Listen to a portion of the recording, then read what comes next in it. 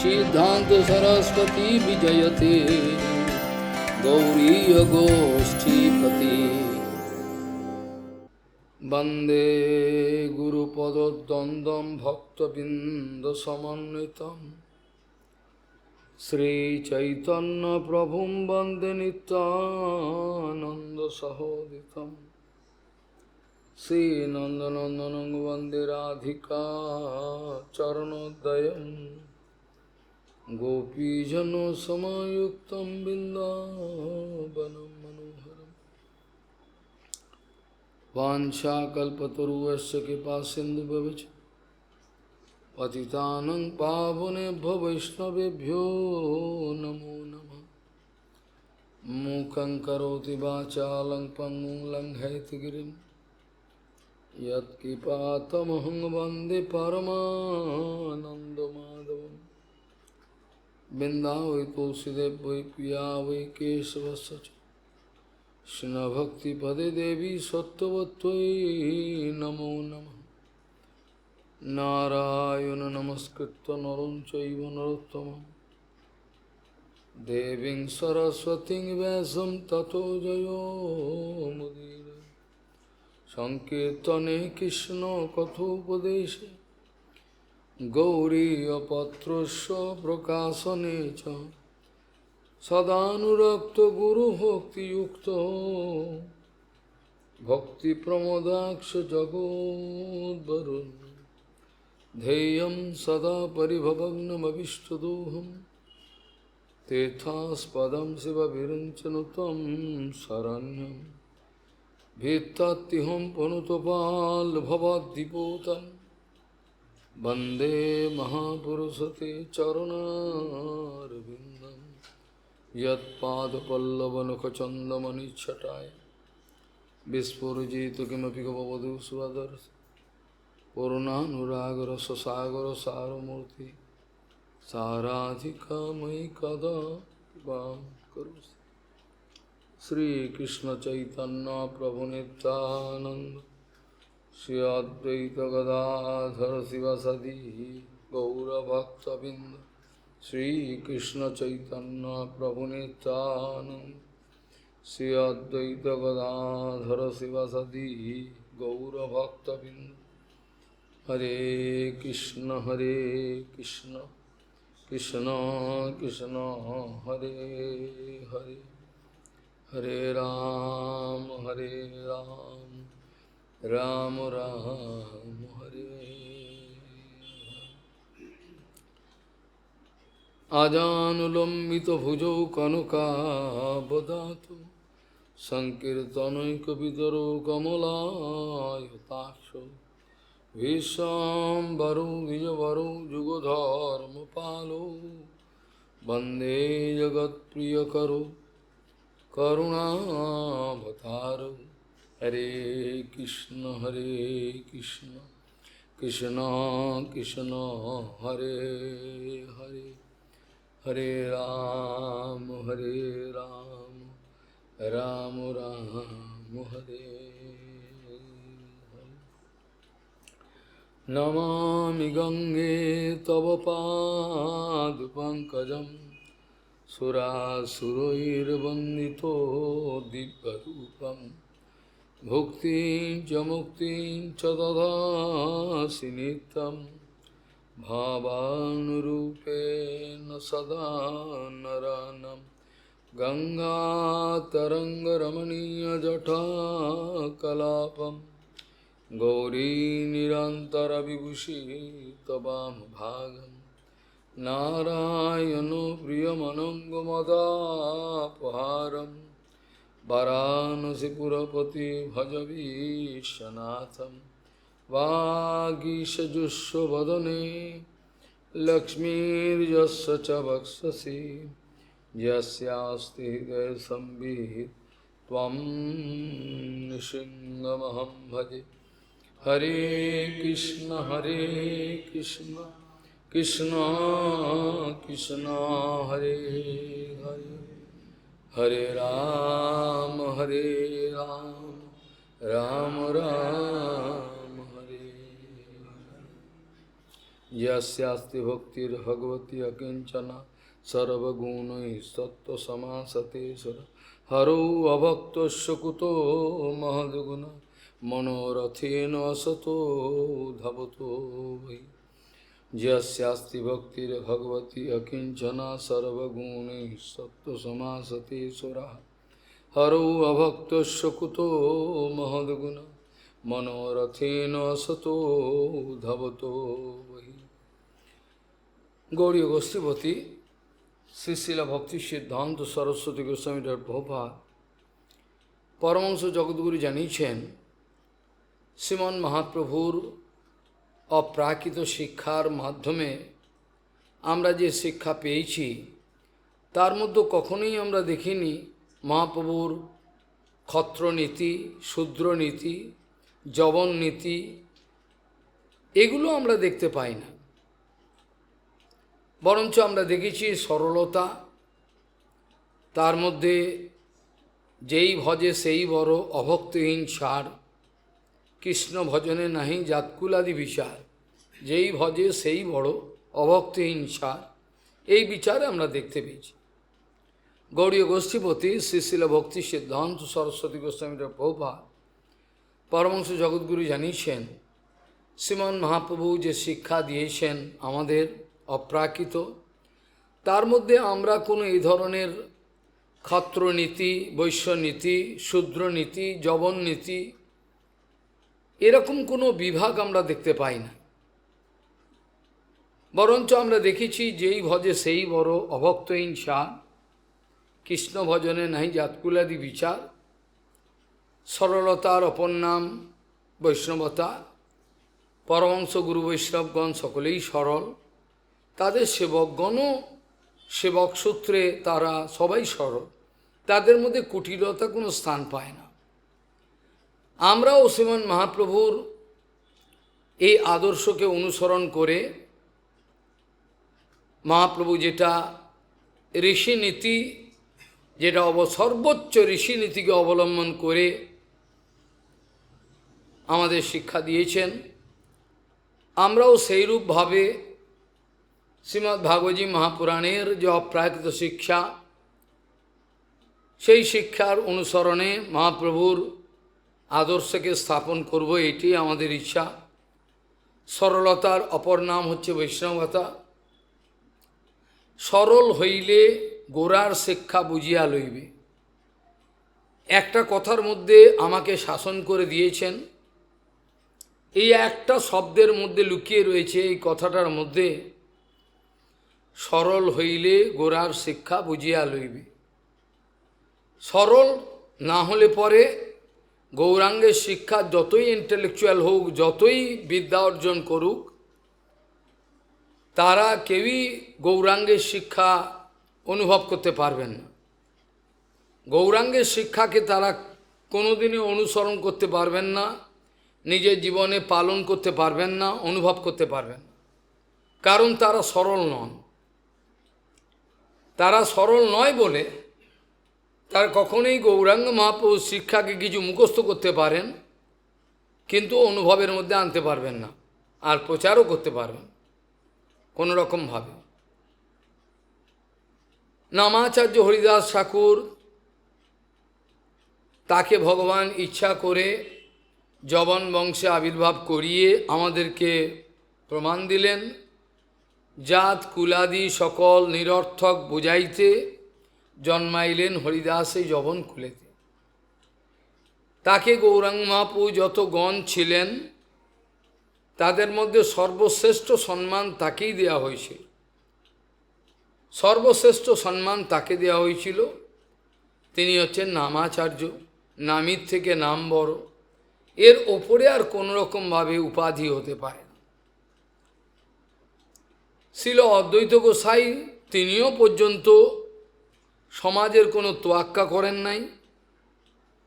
প্রভুপাদও আমাদের দেখিয়েছেন সমাজের কোনো তোয়াক্কা করেন। কোন পাগল কি বলছে তাতে কিছু আসে না।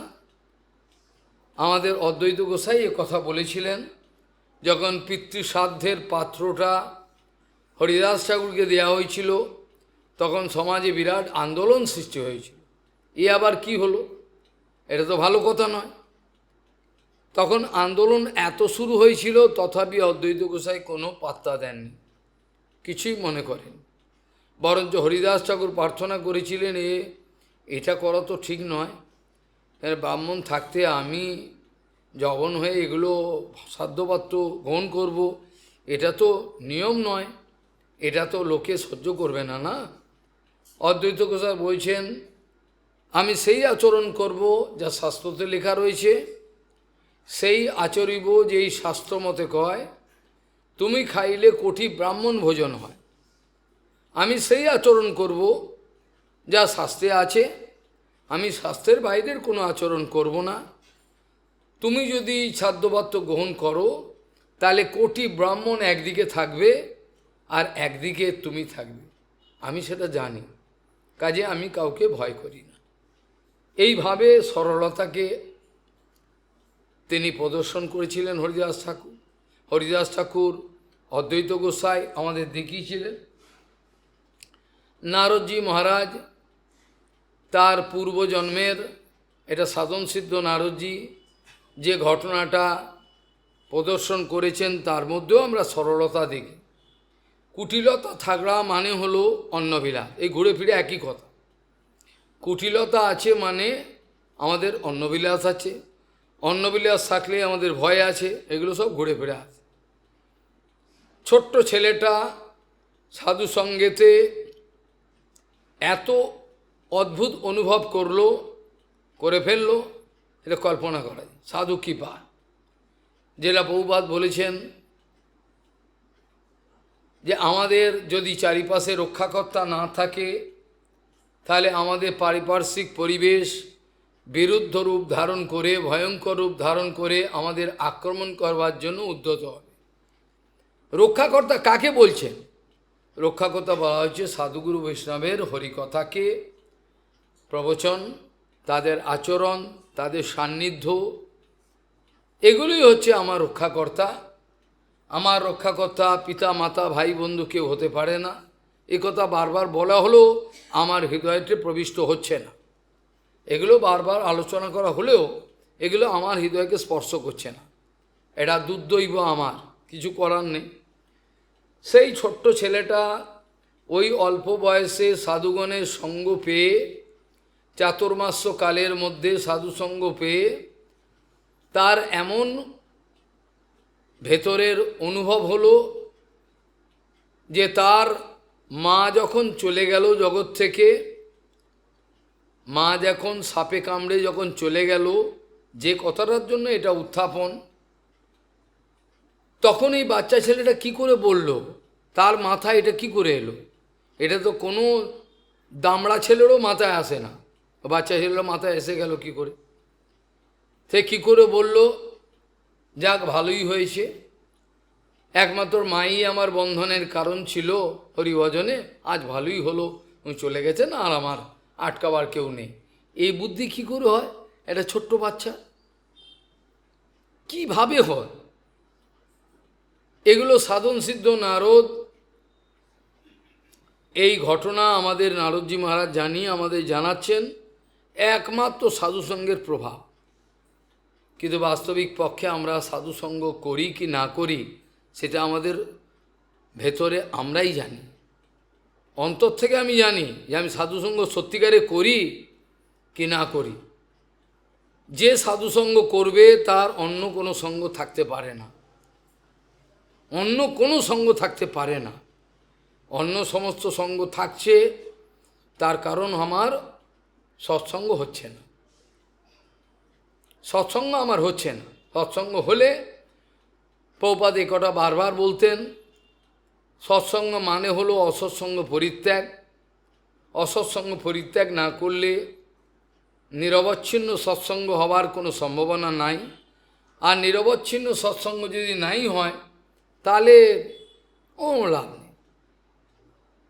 নিরবচ্ছিন্ন সৎসঙ্গ না হওয়া মানে আমাদের যে কোনো মুহূর্তে আমরা পতনের সম্ভাবনা সংরক্ষণে করে রাখছি। এটা প্রভুপাদ আগেই বলেছি। আমরা বদ্ধজীব, সর্বদাই আমরা পতনের সম্ভাবনাকে আমাদের ভেতরে রেখে চলছি। যদিও রাখা উচিত নয়, কিন্তু থাকবেই। বদ্ধজীবের পতনের সম্ভাবনা যে কোনো মুহূর্তে, যে কোনো পরিস্থিতি, বিশেষ করে যদি পূর্ব সংস্কার আরও খারাপ হয়, তাহলে তো সে খুবই মুশকিল। সব পেয়েও সব হারাতে হয়, সমস্ত হাতের মুঠে পেয়ে হারিয়ে যায়। জীবনমুক্ত যিনি, তিনি পর্যন্ত পতন হতে পারে। জীবনমুক্ত অপি পুনর্বন্ধনম জানতে সকরমপি।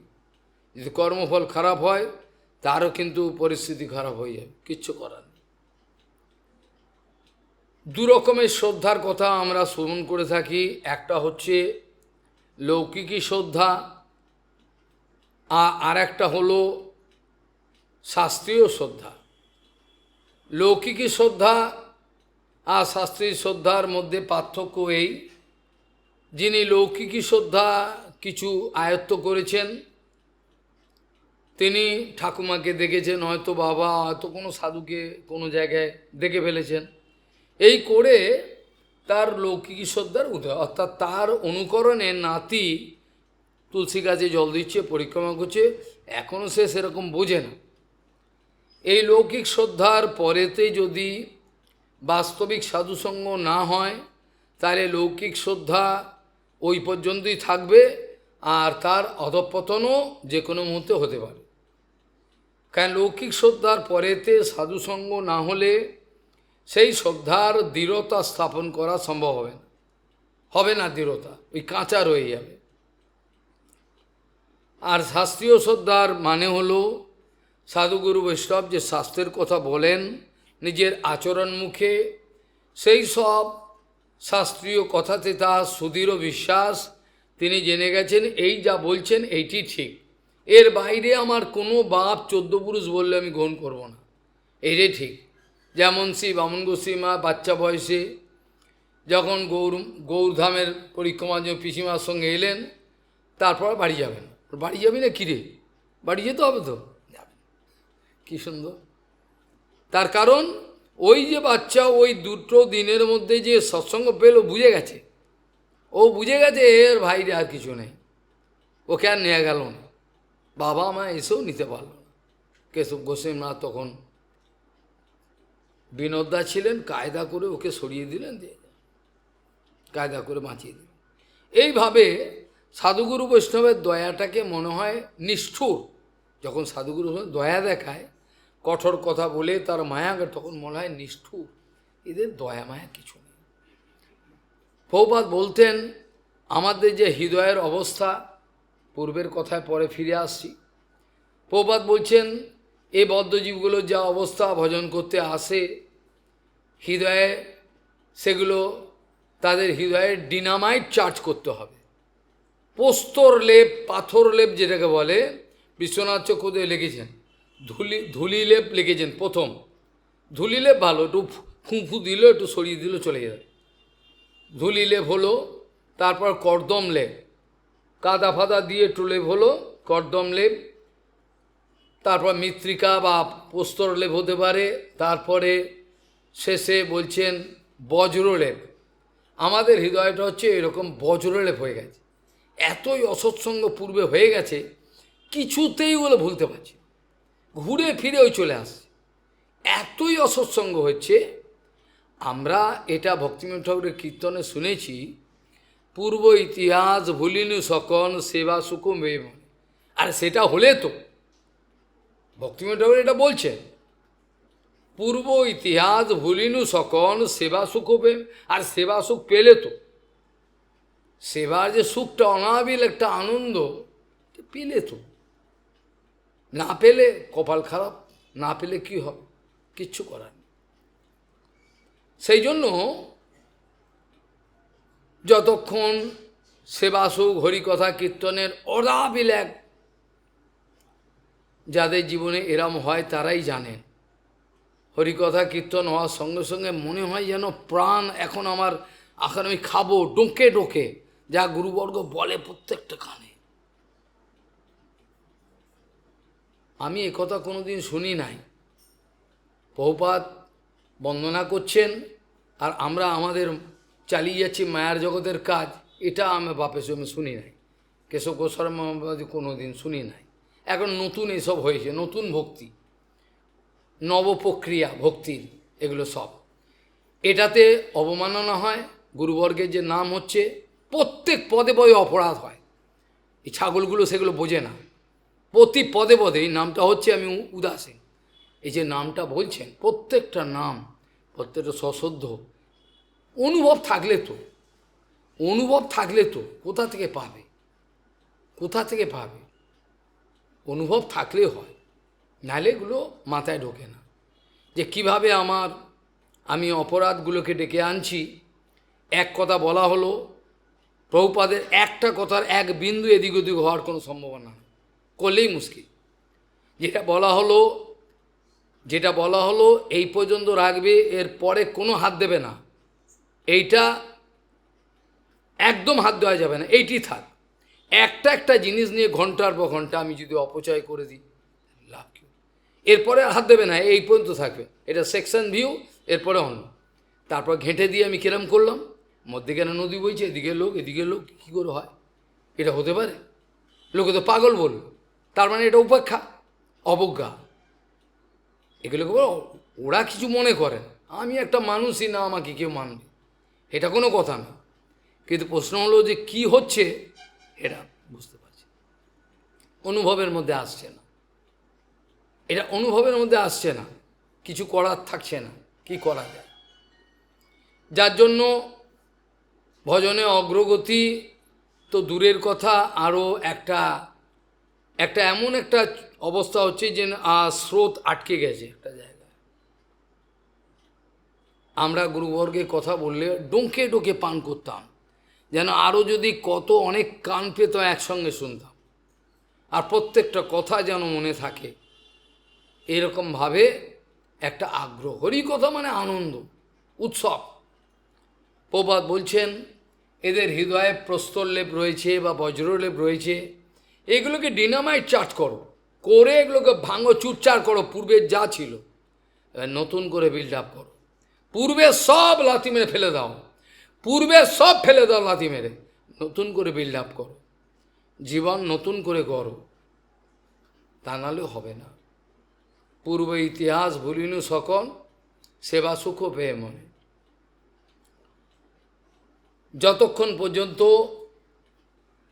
জীব গোস্বামীপাদ বলছেন, অনেকে অনেক সাধুসঙ্গ করার অভিনয় করেন, প্রচুর সাধুসঙ্গ করেন তারা।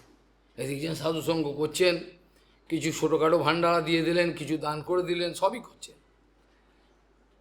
হয়তো কোনো সময় এলে মঠে পরিক্রমাও করছেন, দেখাচ্ছেন সাধুসঙ্গ করছেন। জীব গোস্বামীপাদ বলছেন, যদি দেখা যায় এ সাধুসঙ্গ করতে করতে এর মনের মধ্যে কোনোদিনই গুরুচরণ আশ্রয় করার কোনো ইচ্ছা জাগ্রত হচ্ছে না, কোনো সময় ওর মনে যাচ্ছে না যে কখনো আমি মরে যাব, আমি গুরুচরণ আশ্রয় করি, এটা হচ্ছে না। জীব গোস্বামী বলছে এটা কপট, কপট, এ আসল ভক্তি নয়। যতক্ষণ পর্যন্ত সাধুসঙ্গ করে আমি গুরুচরণ আশ্রয়ের উপযোগিতা উপলব্ধি না করতে পারবো, ততক্ষণ জানবেন নেকি ভক্তি, আসল ভক্তি নয়। আদৌ সদ্যা তত সাধুসঙ্গ, সাধুসঙ্গ দুটো প্রক্রিয়া, একটা হচ্ছে আশ্রয় নেওয়ার আগে সাধুসঙ্গ হয়, আর একটা হচ্ছে আশ্রয় নেওয়ার পরেও সাধুসঙ্গ। আমাদের নিত্যকালই সাধুসঙ্গ। আদৌ শ্রদ্ধা তত সাধুসঙ্গ, অথ ভজনক্রিয়া তথ অনর্থ নিবৃত্তি সাত নিষ্ঠা রুচিস্তত অথাশক্তি তথ ইত্যাদি সব চলছে। এই ক্রমকে ব্যতিক্রম করবে কারা? যারা এঁচড়ে পাকা। কেশব গোস্বামী বলছে এই যে এগুলো এঁচড়ে পাকা, এগুলো ক্রমকে ব্যতিক্রম করবে। ভজনে আমার প্রবেশ অধিকার হলো না, কিছুই জানলাম না, কিছুই এখনো শুরু হলো না, সেবার মতো একটা কিছু হচ্ছে। সেবা যদি মানে হয় সেব্যের স্বতঃস্ফূর্তভাবে সন্তুষ্টি বিধানের চেষ্টা, তাহলে সেটাকে সেবা বলা যায়, তা তো সেটা সেবা হয় না। জীব গোস্বামীপাদ বলছেন যদি সাধুসঙ্গ করলো, সবই করলো, কিন্তু এখনও 20 বছর হয়ে গেল, ও আশ্রয় নেবার কথা সচ্ছি না, ও আসে প্রণামী দেয়, কিছু টুকটাক একটু ঘোরে, মন্দির করে, একটু কথাতেও একটু বসে, সবই করে, কিন্তু এর বাস্তবিক শ্রদ্ধা নয়। এগুলো লৌকিক শ্রদ্ধাও নয়, বাস্তব, এইগুলো কোনো বানানো কোনো কিছু হবে। প্রথম লক্ষণই হলো তার মধ্যে কান্না আসবে। আমার জীবনটা যদি এক্ষুনি চলে যায় আমি কি করব? আমার তো কোনো কাউকে পেলাম না যিনি আমায় রক্ষা করেন।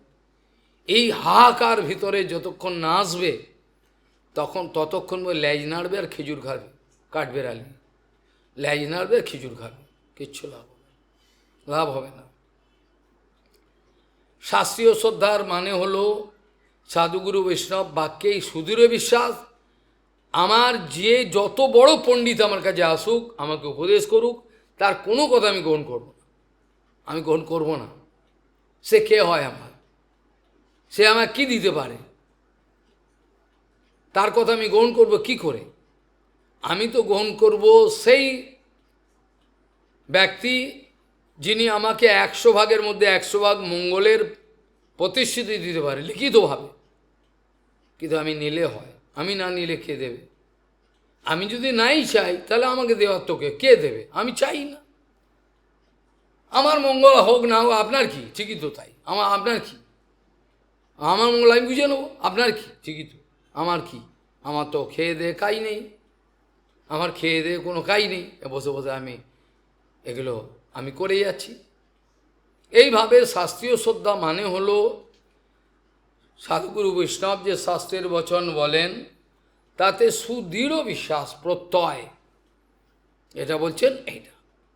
এইরকম অবস্থা যখন পৌঁছায় তখন সে বাচ্চাই থাকুক বা বুড়োই থাকুক, তার যদি এই বিশ্বাস এসে যায়, তাকে যেমন একটা বট গাছকে এরম নাড়ালে কিচ্ছু হবে না, এরম হয়। কিন্তু যদি সেই ব্যক্তি আবার কোনো কারণে অপরাধ করে ফেলে, গুরুচরণে, বৈষ্ণব চরণে, ভগবত চরণে জীবনমুক্ত অপি পুনর্বন্ধনম জানতি সকর্ম, নিজের কর্ম বলে আবার পতিত হবে, আর কিছু করার থাকবে না। মঠবাস হয়ে, সাদা কাপড় থেকে লাল কাপড় হয়ে, ব্রহ্মচারী হয়ে সন্ন্যাস হওয়ার পর তারপরেও পতন হয়ে যায়, কিচ্ছু করার নেই। এবং ভক্তিবিনোদ ঠাকুর বলছেন, এই খবর অনেকেই রাখেন না, আমরা পূর্বাশ্রম ত্যাগ করে এসেছি, আমাদের আর কিন্তু পূর্বের কোনো টাইটেল বা গোত্র ব্যবহার করতে পারবো না, আমাদের নিষেধ। এখন আমরা গুরুচরণ আশ্রয়ে অচ্যুত গোত্রের অধীন, অচ্যুত মানে যে কখনো বিচ্যুত হবে না, এই অচ্যুত। আমরা এখন অচ্যুত গোত্রের অধীন, অচ্যুতের সাহারায় আমরা রয়েছি গুরু বৈষ্ণবের কৃপাতে। এই জন্য পূর্বের আর কোনো টাইটেল বা নাম কোনো কিছুই আমরা ব্যবহার করতে পারব না, আমাদের ব্যবহার করা যাবে না। যদি কোনো মতে সন্ন্যাস নেওয়ার পর কোনো ব্যক্তির পতন হয়ে যায়, সে যদি মনে করে ঠিক আছে মঠে থাকবো না, আমি বাড়ি চলে যাই, বাড়িতে তো আছেই আমার, এবার বাড়িতে যদি যায়, তিনি তার পূর্বাশ্রমের টাইটেল এবং গোত্র ব্যবহার করতে পারবেন না। এই কথা আমি ভক্তিবিনোদ ঠাকুর বইয়েতে পরিষ্কার বল।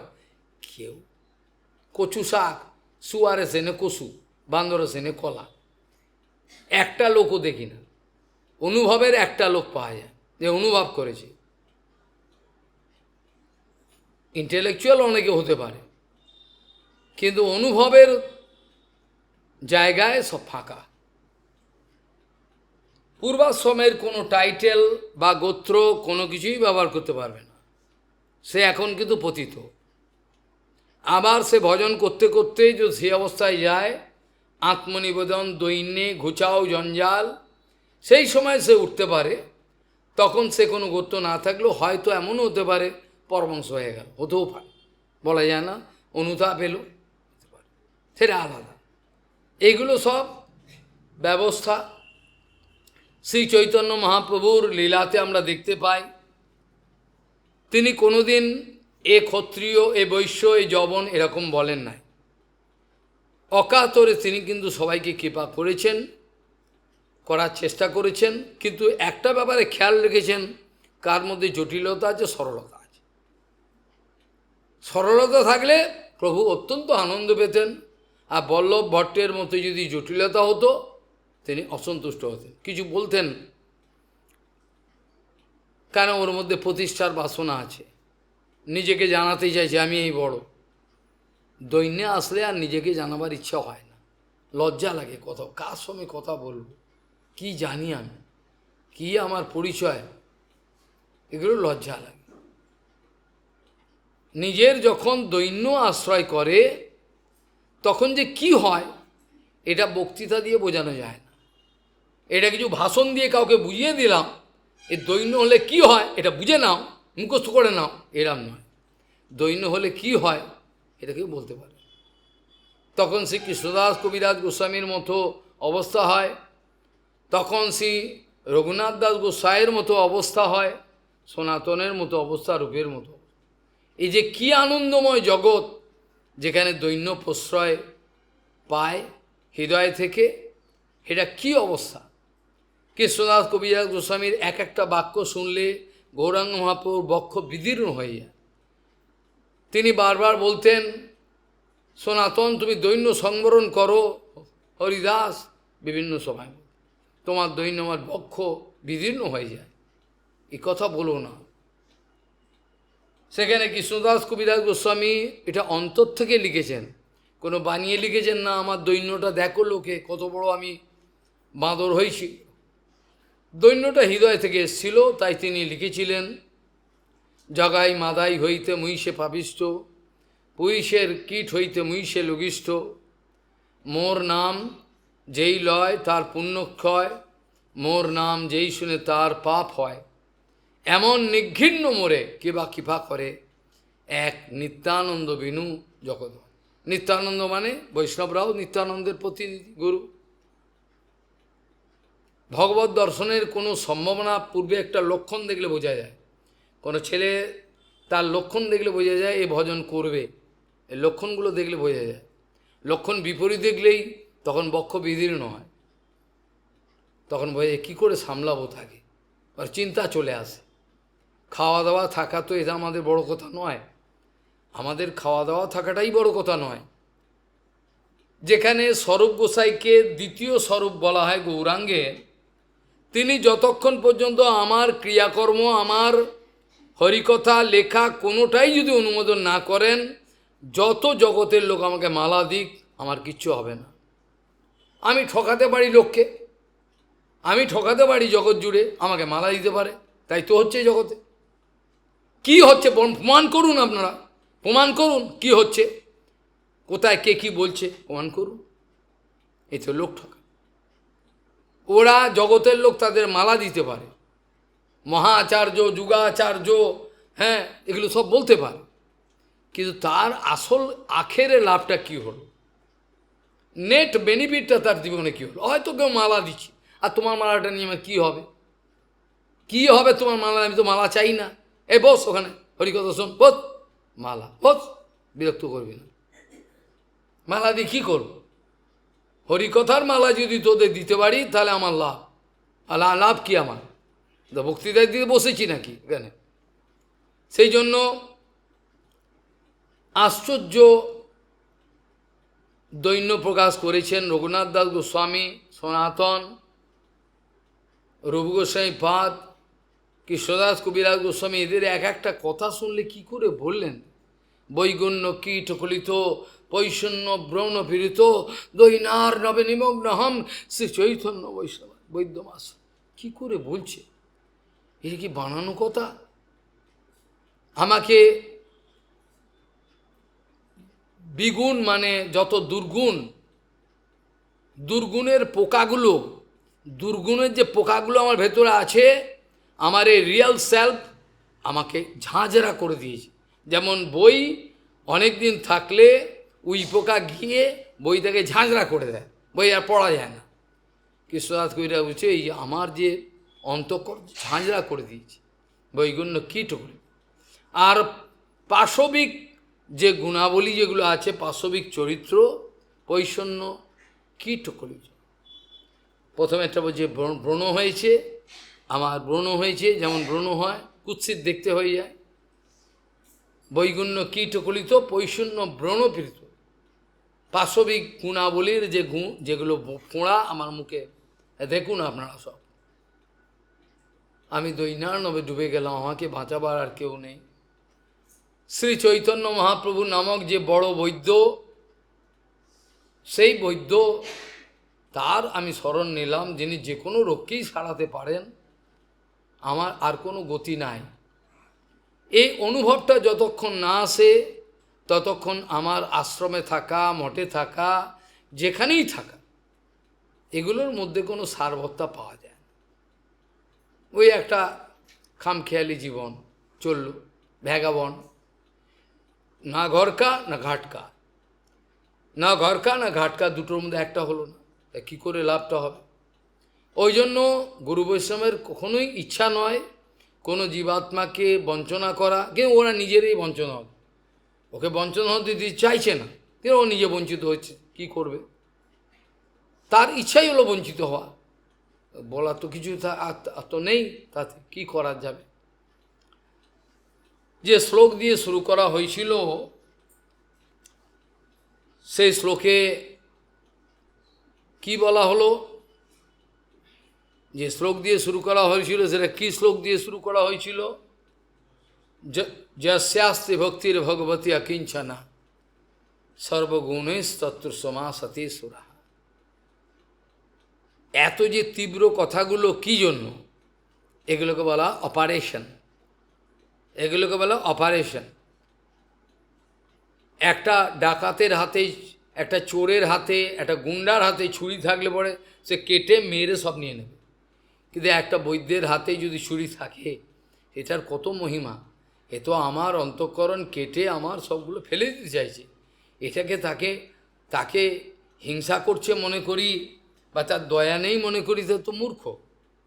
কিন্তু চাই যে অপারেশন করে আমার যা কিছু বার করে দেবে, আমি নিজে লুকিয়ে রাখবো, আমি জানতে দেবো না কি আমার রোগ। গুপ্ত রোগের খবর যদি ডাক্তার না জানে, রোগী যদি না বলে, ওই গুপ্ত রোগ ভেতরে বাড়তে থাকবে, বেড়ে বেড়ে এমন অবস্থায় যাবে, এটা একেবারে পচে শেষ হয়ে যাবে, আর বাঁচতে দেবে না, ভয়ঙ্কর অবস্থা। এই জন্য স্বরূপ গোসাইয়ের অনুমোদন যতক্ষণ না হয়, ততক্ষণ গৌরাঙ্গ আমাকে গ্রহণ করেছেন বা করবেন, এটা কোনো আশা থাকে না। স্বরূপ গোসাইয়ের প্রতিনিধি হিসাবে আমাদের প্রভুপাদ ছিলেন, একান্তভাবে স্বরূপ গোসাইয়ের প্রত্যক্ষ প্রতিনিধি দ্বি প্রভুপাদ ভক্তি সিদ্ধান্ত সরস্বতী, যিনি তার জীবনে একটাও কোনো কিছু কারোর সঙ্গে আতাত করেন নাই, আর যাকে যায় কি আছে করেন নাই। শুদ্ধ ভক্তির ব্যাপারে তিনি কোনো আতাত করেন নাই, বরঞ্চ তিনি বলেছেন, যদি আমরা এই সিদ্ধান্তগত বিষয়ে, আচরণের বিষয়ে, আচার আদর্শের বিষয়ে আমরা যদি কারোর সঙ্গে হাত মেলাতে যাই, তার মানে হলো যার সঙ্গে আমরা হাত মেলাতে যাচ্ছি তার কিছু দুর্গুণ আমি গ্রহণ স্বীকার করে নিলাম, আর আমার তরফ থেকে কিছু ছেড়ে দিলাম, যা হয়েছে। এইটা হলো নীতি। তা নাহলে কখনোই আতাত হতে পারে না, কোয়ালিশন এটা হতে পারে না। যখনই আমি কিছু যাকে ছেড়ে দিই, আমি আমার তরফ থেকে ভালো কিছু ছেড়ে দিলাম, ওর বাজে কিছু গ্রহণ করলাম, তখন আমাদের ধেই ধেই করে নিত্য আরম্ভ হলো শ্মশানকালীর। তার আগে হয় না। শুদ্ধ ভক্ত মৃত্যুর সময় পর্যন্ত অন্যায়কে, সেই যদি অতি প্রিয় হয়, এত স্নেহ করে, তারপরেও কিন্তু প্রশ্রয় দেবে না, সে কিন্তু প্রশ্রয় দেবে না। এটা হলো সদ্গুরু বৈষ্ণবের লক্ষণ। সে জানে একে দিয়ে আমি অনেক কাজ কলকাটি নিয়ে দেবো, দরকার নেই, তার মঙ্গলই যদি করতে না পারলাম কি লাভটা হবে? আগে তো তার মঙ্গল করতে হবে, তার মঙ্গল না করলে লাভটা কী হবে? প্রথম টার্গেট হলো যে কেউ আসবে, তার মনোবৃত্তি, তার হৃদয়, অন্তঃকরণ, সেগুলো সব তারা গ্রহণ করতে রাজি আছে। তারা বলেনি তোমার এ আছে পালিয়ে যাও, চলে যাও। তারা দেখতে চায় কতটাই সরলভাবে হৃদয়টা খুলে ও অগ্রসর হতে চাইছে, এটা তারা প্রথম দেখেন, আর বাকিগুলো পরে দেখেন। যেটাকে আমাদের কীর্তনেতে বলে কীর্তনেতে বলে যে গুরু বৈষ্ণব যদি যোগ্যতা বিচার করতেন তাহলে কি আমাকে নিতেন? বলুন, আমি কত পতিত ছিলাম, এখনও পতিত আছি, আমাকে তো গ্রহণ করতেন না। যোগ্যতা বিচারে কিছু নাহি পাই তোমারও করুণা স্যার। তো এটা যদি আমার অনুভব হয় তাহলে আমার বোঝা উচিত তা আমার সমস্ত কিছুই তিনি গ্রহণ করবেন, আমার এটা গ্রহণ করবেন, ওটা নেবেন না, এটা ভালো মন্দ সব আমাকে দিয়ে দে, তোর যা ভালো মন্দ আছে আমায় দে, এবার আমি দেখি কি করতে পারি, এটা নিয়ম। আর নিজে যদি আমি গোপনভাবে রাখি গুপ্ত রোগের চিকিৎসা হওয়া সম্ভব হয় না। গুপ্ত রোগ যদি কোনো ব্যক্তি লুকিয়ে যায়, গুপ্ত রোগ গুপ্তই থাকবে, ও ভুগতে ভুগতে তার মারা যেতে হবে, এ কিছু করতে পারবে না। কারণ তো বলেনি, লক্ষণগুলো বললে যদি তখন লজ্জায় পড়ে যাব আমি, তা আমি বলছি না, কিন্তু আমার বলতেই হবে, না বললে তো সারবে না। ডাক্তারের কাছে রোগ লুকিয়ে যাব, এটা তো হতে পারে না, এটা হলে তো আরও বিপদ হবে। আমরা বিগত দিনগুলোতে আলোচনা করতে করতে দেখছিলাম, ভগবান জানিয়েছিলেন, দেখো উদ্ধব, জগতে যা কিছু ভেলকিবাজি দেখছো, যা কিছু যেখানে, সব কিন্তু এই ত্রিগুণের কিন্তু বিকার।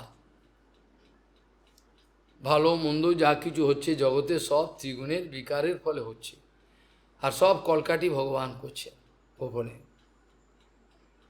এর বাইরে কিন্তু কেউ যেতে পারছে না, এর বাইরে যাওয়ার বাহাদুরি কারোর মধ্যে দেখা যাচ্ছে না। এর বাইরে যাই, এতদিন তো দেখলাম, কি পেলাম? কিছু পেলাম কি? খালি হাত। কি পরমার্থ বস্তু সম্পত্তি আমার সঞ্চয় হলো, সে ব্যাপারে তো আমার কোনো আগ্রহ নাই। আমার পারমার্থিক কি সম্পত্তি আজ গুরুকৃপাতে আমার কাছে আমার জমা পড়ল। জমার খরচের একটা আর্টিকেলের মধ্যে ছিল, আমি অনুবাদগুলো দেখছিলাম, কতটা আমার জমা পড়ল, জমার ঘর কতটা পড়ল। আমার হিসাব হলো কত তীর্থ আমি ঘুরলাম, কত টাকা পেলাম, কত ভালো মন্দ খেলাম, কত নতুন লোকের সঙ্গে আমি বন্ধুত্ব, এগুলো সব, এগুলো বিচার পরমজি কেশব গোস্বামী লিখেছেন, অপূর্ব। এগুলো নিয়েই ব্যস্ত হয়ে রইলাম। এর বাইরে যে একটা অপ্রাকৃত জগৎ আছে, গুপ্ত রহস্য আছে, সেগুলো আমি আর জানবার চেষ্টা করলাম। এই পর্যন্তই আমার ইতি রইল। আর জীবনের কোনো গ্যারেন্টি নেই কখন চলে যায়। ভগবান বলছেন, এই জগতের যত ভেলকিবাজি দেখছো সব কিন্তু এই মায়ার যে ত্রিগুণের বিকারের ফলে হচ্ছে। সমস্ত যা কিছু হচ্ছে, সে আমার শরীরটা পর্যন্ত, কেউ একটু ফর্সা, কেউ একটু কালো, কেউ একটু রাগী, কেউ একটু ভালো বুদ্ধি, সব কিন্তু এগুলো সব মায়াদেবী কলকাঠি নাচ, ত্রিগুণেরই সব প্রভাব, এর বাইরে কিছু নয়। এমনকি যা কিছু আমার পছন্দ না পছন্দ, এটাও ব্যাকগ্রাউন্ড দেখলে মনে হবে, বোঝা যাবে ত্রিগুণের, এটা গুণের প্রভাবে এটা হচ্ছে। কেউ কাকে দেখতে পারে না, কেউ কাকে খুব ভালোবাসে, এর মধ্যেও কিন্তু ত্রিগুণের, এর মধ্যেও কিন্তু গুপ্তভাবে ত্রিগুণের প্রভাব কিন্তু লুকিয়ে আছে। এটা এতটাই গুরুত্বপূর্ণ বিষয় যে হালকাভাবে যারা নিচ্ছেন তারা বুঝতে পারবেন সমস্ত কিছু ত্রিগুণের প্রভাবে চলছে। একাদশ স্কন্ধের ত্রয়োদশ অধ্যায়ে আমরা আলোচনা করছিলাম, সত্যম রজস্তম ইতি গুণা বুদ্ধের ন চা আত্মানঃ। আত্মার সঙ্গে এই ত্রিগুণের কোনো সম্বন্ধই ছিল না, নেই এবং থাকবেও না। তথাপি হয়ে গেল কি করে? মানে এইটাই তো কথা, এই কথাটাই তো বারবার আলোচনা করা হচ্ছে। অনাদিকাল ধরে ত্রিগুণের সঙ্গ করেছি আমি, ত্রিগুণের সঙ্গটা কেউ মানে বোঝে না, মানেটা গভীরভাবে বোঝে না। এ কথা আগেও বলেছি, ত্রিগুণ যদি আকাশে ভাসে তারা কি সঙ্গ করবে? ত্রিগুণ তো কাউকে আশ্রয় করবে, কোনো মহিলাকে, কোনো কন্যাকে, কোনো পুরুষকে আশ্রয়। সেই ত্রিগুণটা আমার ভালো লেগে গেল, এই পেয়ে গেছি ওকে, আর আমার জীবন আনন্দ হয়ে গেল না মুহূর্তের মধ্যে। কেন আমি এত সাবধান হই? কেন সাবধান হই? মানে মানুষের জীবনে ঠিক নাই। রেলগাড়িতে একজন একটা ধাঁধার কথা বলছিলেন অনেক দিন আগে, আমি শুনে গিয়ে হাসতে আরম্ভ করলাম যে কি ধাঁধাটার মানে কি। সকালবেলা দেখাশোনা, দুপুরবেলা বিয়ে, সন্ধেবেলা এলো কন্যা ছেলে কোলে নিয়ে, কী ব্যাপার, এ মানেটা কি? এই হচ্ছে আমাদের অবস্থা, ধাঁধা, গোলক ধাঁধা। কোনটা থেকে যে কি হয়ে যাচ্ছে, কেন এত সাবধান হতে হয়, এত এত রেগে যায়, কারণ কি আছে, এত কি হলো আপনার রেগে যাওয়া, এটা বোঝেন না। কখন যে কি হয় জানতে পারে না। সবচেয়ে বড় শত্রু হলো এই চোখটা। ওই জন্য বিল্বমঙ্গল ঠাকুর নিজের চোখটায় গেলে দিয়েছিলেন, আর তো গেলে দিলেন, আর দেখবো না কিছু, এ দেখা দিই তুই যত গণ্ডগোল। কাজেই ত্রিগুণের সঙ্গ হওয়া মানে হলো ত্রিগুণকে আশ্রয় করে যেসব পাত্র পাত্রী বা যে কোনো বস্তু ব্যক্তি রয়েছেন সেগুলো সঙ্গ হওয়া, এটাই তো ত্রিগুণের সঙ্গ, আর কি। আর শুদ্ধ গুরু বৈষ্ণব কাউর সঙ্গ করেন না বলেই এরকম কথাটা বলতে বামন গোস্বী মা, অতি হই হই চারিদিকে, তার মধ্যে আমি নির্জনে থাকতে পারি। এই কথাটার মানে কি হলো, তার মানে ত্রিগুণের যত খেলা হোক তার মধ্যে আমি নির্জনে, তার মানে আমাকে খুব বিরক্ত করতে পারবে না। যে কথাটাই তিনি বলতেন আমি পান্তা ভাতে ফুঁ দিয়ে খাই, এই কথাটা মানে কেউ বোঝে না। এটা একজন ট্রান্সলেট করেছে, বেটা একজন ট্রান্সলেট করেছে, ছাগল তুই কী বুঝলি, এটা নয়, তার আবার অনুবাদ ঠিক করে দিত, পান্তা ভাতে আমি ফু দিয়ে খাই, তার মানে বোঝো যে পান্তা ভাত ঠান্ডা, তারপরেও আমি ফু দিয়ে খাচ্ছি। মানে আমি কোনো কিছু এদের কিছু বলতে চাইছি না, জানলে কিন্তু আগুন জ্বলবে। খালি হরিকথাই যেটুকু বলার বলি, ব্যক্তিগত কিছু, তারপরেও কিন্তু এরকম অবস্থা, সমস্ত আগুন জ্বলছে, কিন্তু রজগুণ তমগুণের আগুন, তারপরে ঠান্ডা হয়ে গেছে, ফুঁ দিয়ে খাচ্ছি, একটু কিছু বললেই ব্যাস আগুন। এই কথাগুলো বুঝবা, যারা সাধুসঙ্গ করেন তারা বুঝেন, যারা সাধুসঙ্গ করেন নাই তারা কি সাধুসঙ্গ, আগে সাধুসঙ্গ করবে কি, বুঝলে তো করবে, বোঝেই না কে সাধুসঙ্গ, বুঝলে তো সাধুসঙ্গে কোনো, তাহলে রজস, তাহলে সত্যম রজস্তম ইতি গুণা বুদ্ধের ন চাত্মনঃ, আত্মার সঙ্গে এই শতরজ তমগুণের কিন্তু কোনোদিন সম্বন্ধ ছিল না, নেই এবং থাকবে না। কিন্তু অনাদি কর্মফলে পরিভবার নবজলে তরিবারে না, এই মায়াদেবীর সঙ্গে দীর্ঘকাল ধরে থাকতে থাকতে থাকতে মায়ার গুণগুলো আমার মধ্যে প্রবেশ করেছে, যেটা আমি আগে বলেছিলাম, আগুনের মধ্যে লোহার খণ্ড দেওয়ার ফলেতে দীর্ঘকাল থাকলে আগুনের যে গুণাবলী ওর মধ্যে এসে তদাত্মতা প্রাপ্ত হয়। এখন তাকে দেখলে মনে হয় এটি আগুনের, এ দেখতে আগুনের মতো, আগুনের মতো হয়ে গেল, লোহা তো কালো, লোহা তো কালো কিন্তু লাল হয়ে গেল, আবার পোড়াতেও পারে, আগুনের যা ধর্ম সব এর মধ্যে, এর মধ্যে তদাত্মতা। আমরা এতটাই অসৎসঙ্গ করে এসছি, এখনও করে যাচ্ছি, যে মায়ার সঙ্গে আমাদের, মায়ার গুণের সঙ্গে আমাদের তদাত্মতা প্রাপ্ত হয়েছে, আমরা মায়া ছাড়া বাঁচতে পারবো না, এইটা হচ্ছে আমাদের অবস্থা। যেমন ঠাকুমা 90 বছর বয়সে মরতে যাচ্ছে, গুরুবর্গের সন্তমশাই গল্প বলতেন, মরতে যাচ্ছে, তাকে নাতি বলছে এখন তোমার আর অন্য কথা বলতে হবে না, খালি বলো হরে কৃষ্ণ বলো। আমি অত কথা বলতে পারি না, অত কথা বলতে পারি, সব নাতি নাতনি নাচ জামাই সবাইকে ডাকছে, কাছে এসো আমার চলে যাওয়ার টাইম, ছাকুল ওরা বাঁচাবে তোকে, ওগুলো ঠিক আছে, এত কথা বলছে, কিন্তু যেই বলো হরিনাম করো, হরি হরি হরিনাম, অত কথা বলতে পারি না, ওইটা পারে না। এত সোজা হরি কৃষ্ণ গোবিন্দ নাম এগুলো বলতে পারে, অন্য সব বলতে পারে, যত নাতি পুতি নাচ জামাই সবাইকে ডাকছে, দেখে দেখে শেষ সময় যাওয়ার, এই হচ্ছে অবস্থা। মায়াদেবী আমাদের ছাড়বে না, এটা হচ্ছে শেষ কথা, মায়াদেবী আমাদের ছাড়বে না, আমাদের নিষ্কপট হতে দেবে না, মায়াদেবী দেবে না, কি করবে আবার, জোর করে হওয়া যাবে। তাহলে বলছেন যে কি অবস্থাটা, সমস্ত গুণাবলীকে আশ্রয় করে মানুষগুলো বা বস্তুগুলো রয়েছে, সেই বস্তুগুলো একটা প্রভাব আছে তো।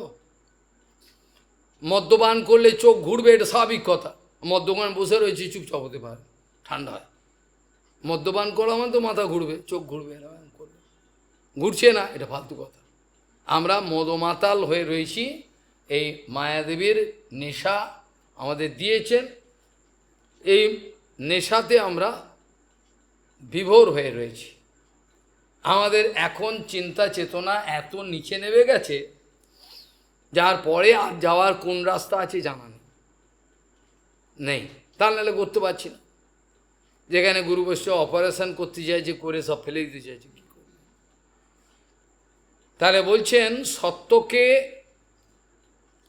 সত্যকে শত দিয়ে কাটতে হবে। যেমন লোহাকে কাটে, এই কথা বলা হয়েছিল, সত্যম রজস্তমেতি গুণা বুদ্ধের ন চাত্মনঃ সত্যেন অন্যতমৌ হন্যাৎ সত্যম সত্যেন চৈবহি।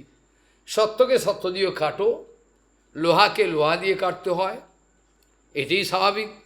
কিন্তু সত্যকে কাটলে পরে তাকে শতগুণকে তাড়িয়ে দিয়ে বিশুদ্ধ সত্যকে আনতে হবে।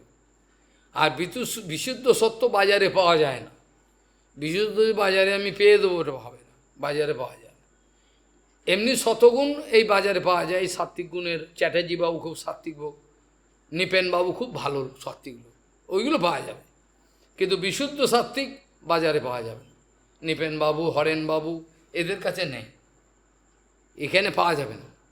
একমাত্র শুদ্ধ সত্য পাওয়া যাবে গুরু বৈষ্ণবের কাছে, অন্য কোনো জায়গায় পাওয়া যাবে না। যতই চেষ্টা করো, বাহাদুরি করো, এ পাওয়াই যাবে না।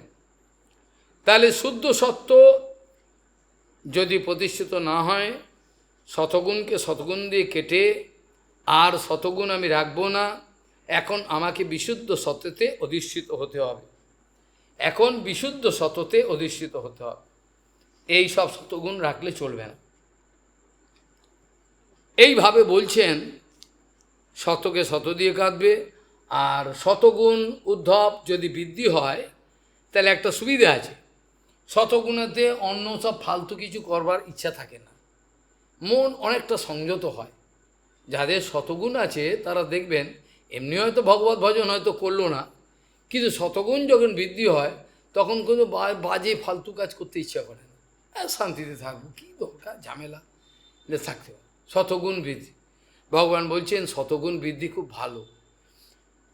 শতগুণ বৃদ্ধি হলে ধর্মের প্রতি মন যায়। ভগবান কিন্তু বলছে না ভগবত ধর্মের প্রতি, খেয়াল করবেন, ভগবত ধর্ম বলেনি, ধর্মের প্রতি মন যায় মানে স্বাভাবিক যে ধর্মকর্ম, একটু তীর্থ ঘুরে আসি, একটু গঙ্গায় স্নান করে আসি, একে একটু দান দিয়ে দিই, এটা হতো ধর্মের প্রতি মন যায়। একটু মন্দির দর্শন করে আসি, মন্দির দর্শন করলে যে সে ভগবত ভজন করবে এমন কোনো কথা নেই।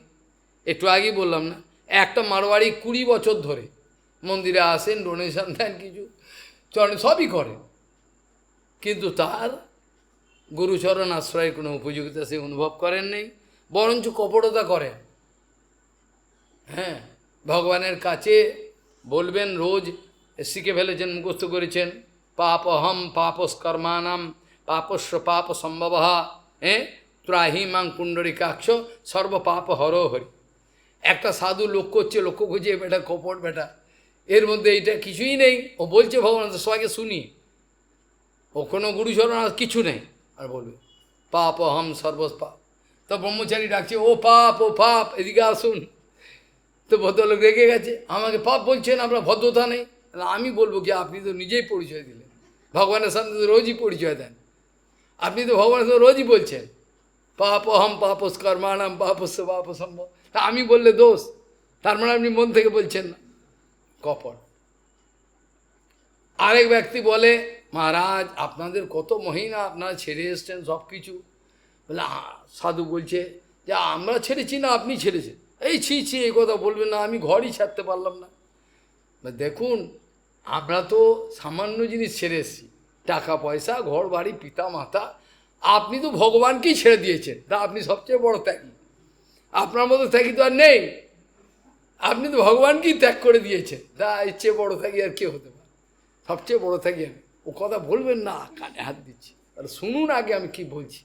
ভগবানকেই আপনি ফেলে দিয়েছেন, তা তার কত বড় ত্যাগী। কাজেই ভগবান যখন বলছেন সত্যাদ ধর্ম ভবেদ বৃদ্ধাৎ পুংস মদভক্তি লক্ষণ, সত্য ধর্ম বৃদ্ধি হলে ধর্মকর্মে একটু মন আসবে, আবার আমার প্রতিও মন যায়, যেতে পারে, একটু দেখে আসি মন্দির, কথা শুনি, হতে পারে। সেই জন্য ভগবান বলছেন সত্যাদ ধর্ম ভবেদ বৃদ্ধাৎ পুংস মদভক্তি লক্ষণ, আমার ভক্তির কিছু কিছু লক্ষণ ওর মধ্যে আসতে পারে, হয়তো পাকা ভক্তি নয় হতে পারে। আর সাত্বিক উপাসয়া সত্যম ততো ধর্ম প্রবর্ততে, এখানে বলছেন যে সত্য ধর্ম বৃদ্ধি হলে পুরুষের আমাতে যে ভক্তির ধর্মগুলো সামান্য কিছু গ্রহণ করতে এগিয়ে যায়, হয় ধর্ম উদিত হয়। সাত্বিক উপাসনা দ্বারা এই শতগুণ বর্ধিত, ও তা থেকে শতগুণ যত বর্ধিত হবে তত সে সাত্বিক হয়ে পড়বে। সাত্বিক হলেই তার আর তামসিক আর রাজসিক যে ক্রিয়াকর্মগুলো আর স্থান পাবে না। যখন সে তার ভেতরে শতগুণ প্রবল পরিমাণে বৃদ্ধি পাচ্ছে, তার খাওয়া সাত্বিক, ওটা বসা চাকানো কথা বলা সব সাত্বিক হচ্ছে, কোনোটার মধ্যে আর সাত্বিক হয়ে যায়। ওই সময়তে সাত্বিক প্রবৃত্তি জাগরুক হবার জন্য কি করবে, তা থেকে ধর্মের যে একটা আগ্রহ তাটা বৃদ্ধি পায়। এটা খুব ভালো লক্ষণ। কেন? শতগুণ বিশুদ্ধ শত হবে সবার, এটা তো প্রথমেই হয় না। প্রথমে হয় কি, আমাদের জগতে যত কিছু গুণ আছে সমস্ত গুণগুলোই কিন্তু মিশ্র গুণ, কোনো গুণটাই কিন্তু সত্যি। কাউকে যদি আমি বলি ওনার হ্যাঁ নিপেনবাবু শতগুণ আছে খুব ভালো, তার মানে এই না তার খুব শতগুণ আছে। শতগুণের সঙ্গে রজগুণও পাঞ্চ করা আছে, তমগুণও আছে, অল্প পরিমাণ হতে পারে কিন্তু আছে। কোনো ব্যক্তিকে রজগুণ বললে রজগুণই যে সব আছে তা নয়, শতগুণও কিছু আছে, হয়তো প্রকাশ পাচ্ছে না, তমগুণ আছে। এইভাবে জাগতিক যত গুণাবলী যেখানে যেখানে আছে সব কিন্তু ওর মধ্যে কিন্তু ভেজাল আছে, অর্থাৎ কোনোটাই বিশুদ্ধ নয়।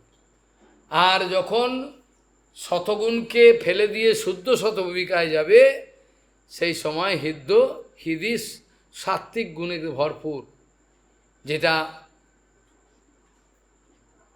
লিখেছেন রূপগোস্বামীপাদ, হৃদি সত্যজ্জলে বারম সদ্যতে সতমত, সত্যজ্জলে একবার পরিপূর্ণ হয়ে যাবে। এটাকে রস বলা হয়। রস, জগতের রস যেটা হয় এটা রস নয়, এটাকে রস বলা হয়।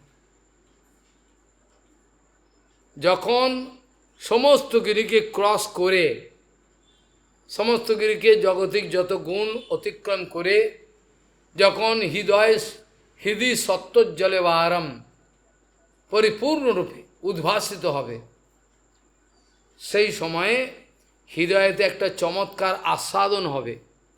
সেই সময়ে হৃদয়টা একটা চমৎকার আস্বাদন হবে। সেই আস্বাদনটার নাম হলো রস।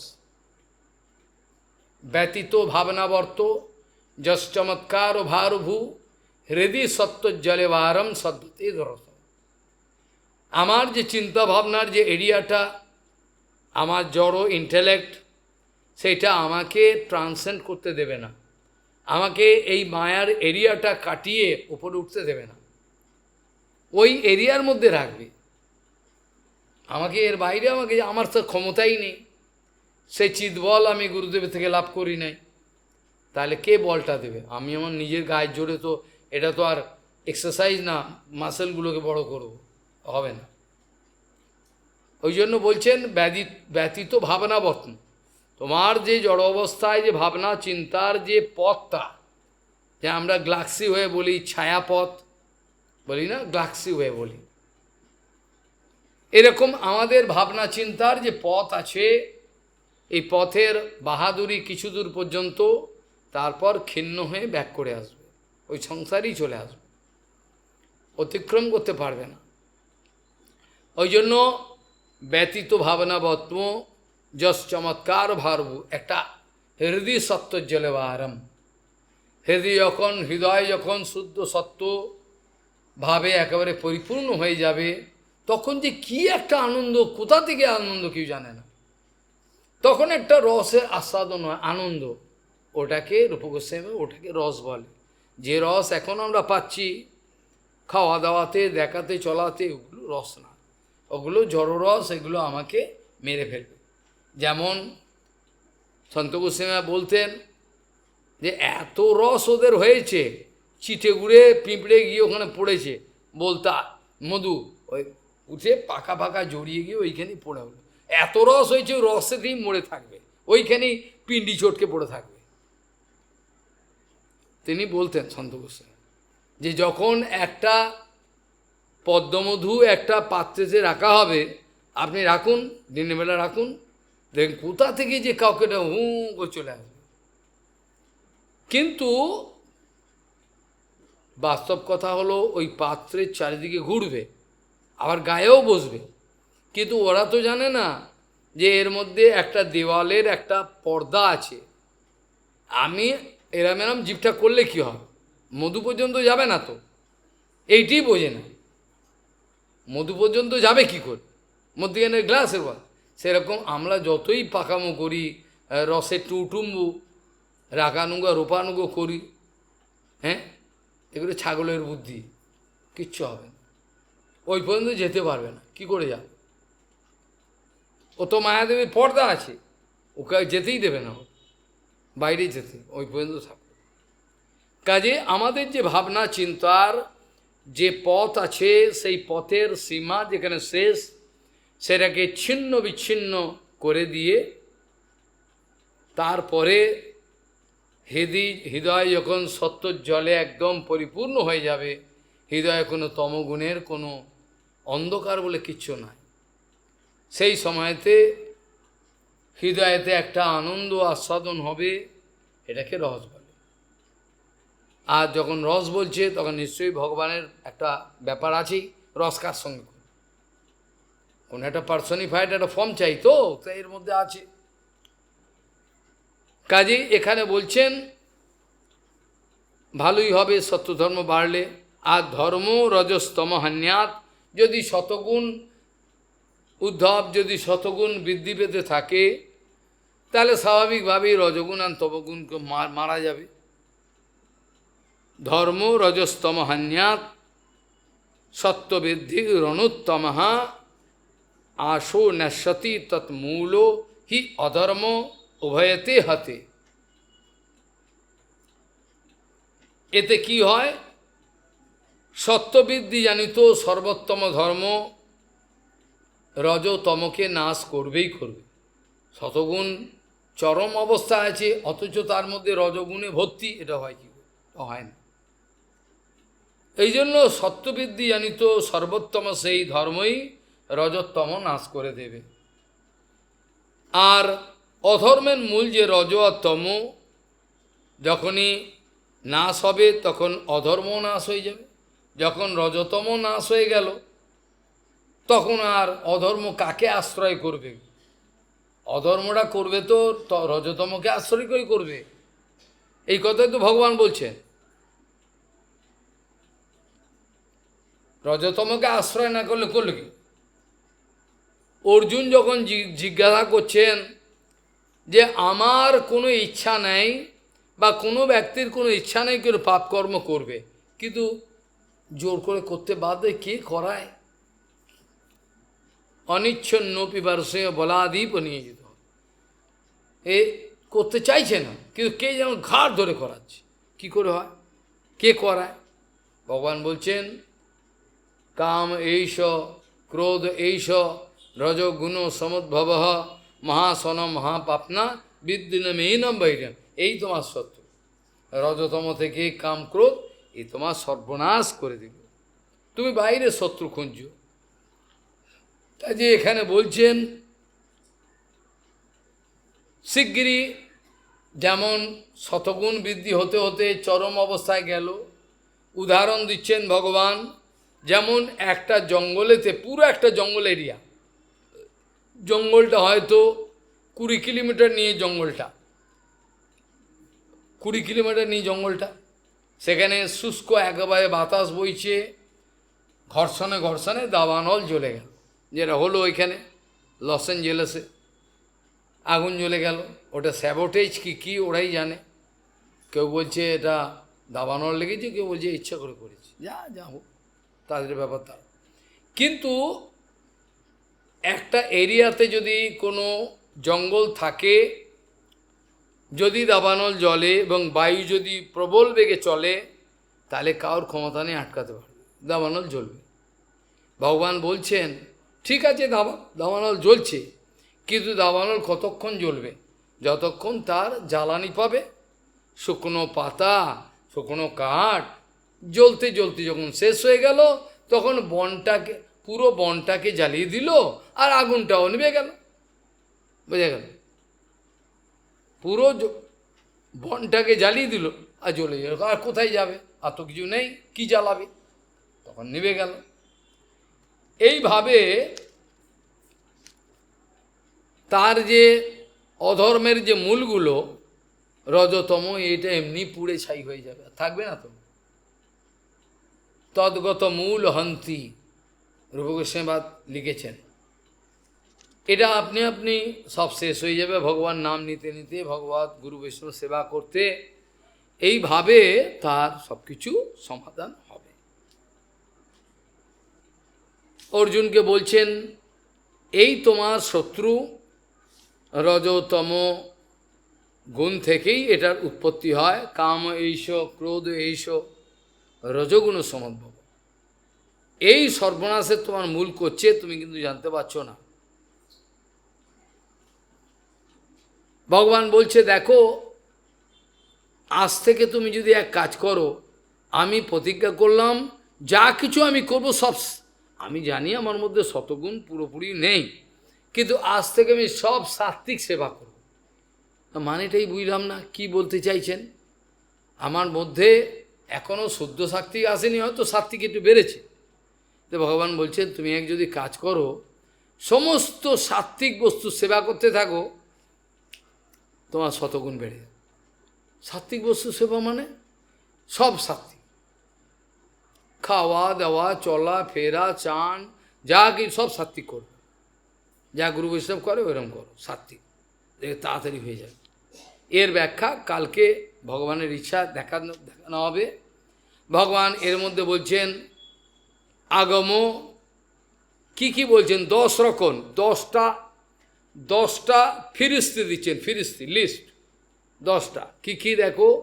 আগম বেদাদি, আচ্ছা, আগম অপ প্রজা দেশ কাল কর্ম চ জন্ম চ ধ্যানম মন্ত্র অথ সংস্কারো দশইতে গুণহেতব।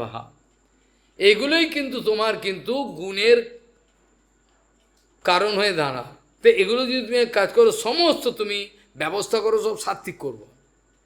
এই যেগুলো বলছেন যে এগুলো থেকেই কিন্তু গুণ উৎপত্তি হয়।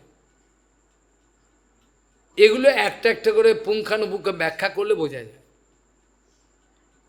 কোনো ব্যক্তি মঙ্গোলিয়ায় থাকে, মঙ্গোলিয়া নাম শুনেছ? মঙ্গোলিয়া কসায়ের দেশ, বুঝলো তো? সেখানে তোমার ভক্তি কী করে হবে? চারিদিকে মন্দির নেই, কিছু নেই, জলাশয় নেই, শুনশান করছে। আহা, ওখানে গিয়ে লোক কী করে থাকবে? কাজেই আমাদের একটা কথা চলতি আছে, পাণ্ডব বর্জিত দেশ, নাম শুনেছ? পাণ্ডব বর্জিত দেশ, যে পাণ্ডবরা যায়নি। অমঙ্গলজনক দেশ, যেখানে ব্রাহ্মণ থাকে না, যেখানে সাধু পাওয়া যায় না, যেখানে মন্দির পাওয়া যায় না, যেখানে কোনো গঙ্গা যমুনা সরস্বতী কাবেরী তুঙ্গাবতী কিছু নদী পাওয়া যায় না। এই কী হবে? এই লাভটা কী হবে? কাজেই একটা একটা করে কালকে আমি ভগবানের ইচ্ছায় এগুলো আলোচনা করলে বোঝা যাবে। আগম অপ মানে জলটা পর্যন্ত সাত্ত্বিক ব্যবহার করতে হবে। আর রাজরাজারা চান করে কি করে? চন্দন দিয়ে বিভিন্ন জলকে একটুখানি সামান্য সূর্যের তাপে গরম করে দিয়ে রাজা মহারাজ চান করছেন। এখন আমার রানী চান করছেন, ওকে দেখি ওদিকে যাবেন না, রানী চান করছে। ও জল আগে থেকে সব সেন্ট দিয়ে বিভিন্ন আয়ুর্বেদিক জিনিস দিয়ে একেবারে বিরাট এলাহি ব্যাপার, বোঝা গেল? এর আস্তে আস্তে কালকে বলো, এটা বললে আগম অপ প্রজা, প্রজাপতি ছেলে পেলে, দেশ দেশহ কালহ কর্ম চ জন্ম চ ধ্যানম মন্ত্র অথ সংস্কারও দশইতে গুণ হেতব। এই দশটাই কিন্তু গুণের হেতু হয়ে দাঁড়ায়।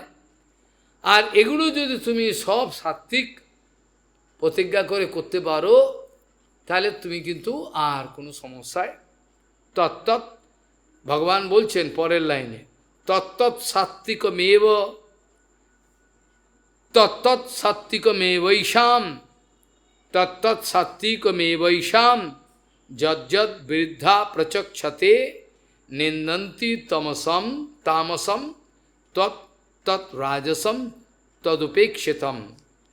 যারা বৃদ্ধ ব্যক্তি জ্ঞানী, তারা সবসময় সাত্ত্বিকেরই আদর করেন, রাজসিক তামসিক এগুলো নিন্দা করে থাকেন।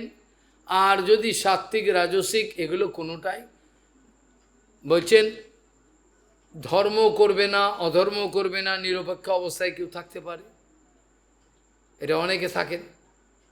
যেমন মায়াবাদী, মায়াবাদী তো কিছু ধর্ম করবো, কী করবে, ও কী ধর্ম আছে যেখানে ভগবানকেই মানে না, ভগবান কিন্তু মানে না, কী হবে, কিন্তু ঝামেলা করতে যায় না, মায়াবাদী শান্ত হয়ে থাকে।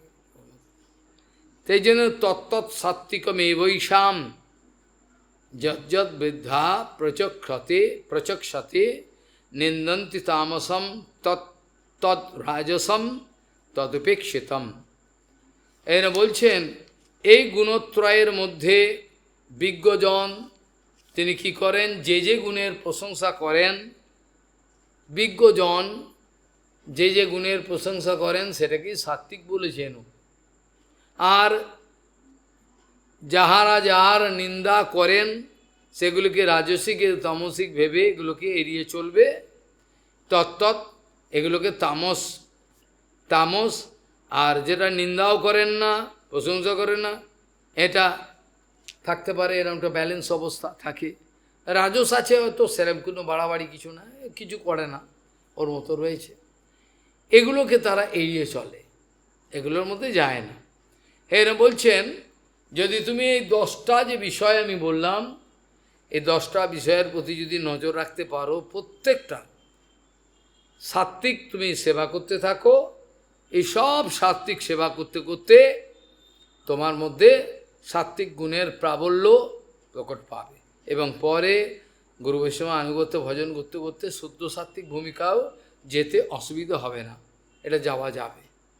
আজ এই পর্যন্ত আলোচনা বিশ্রাম রাখা প্রয়োজন, যেতে হবে। কাজেই যস্যাস্তি ভক্তির ভগবতী অকিঞ্চনা সর্বগুণৈস্তত্ত্ব সমাসতেশ্বরঃ হরৌ অভক্তস্য কুতো মহদ্গুণঃ মনোরথেন অসতো ধাবত। যস্যাস্তি ভক্তির ভগবতী অকিঞ্চনা সর্বগুণৈস্তত্ত্ব সমাসতেশ্বরঃ হরৌ অভক্তস্য কুতো মহদ্গুণঃ মনোরথেন অসতো ধাবত বৈ। वाञ्छकल्पतरुस्य कृपा सिन्धु पतितानां पावनेभ्यो वैष्णवेभ्यो नमः।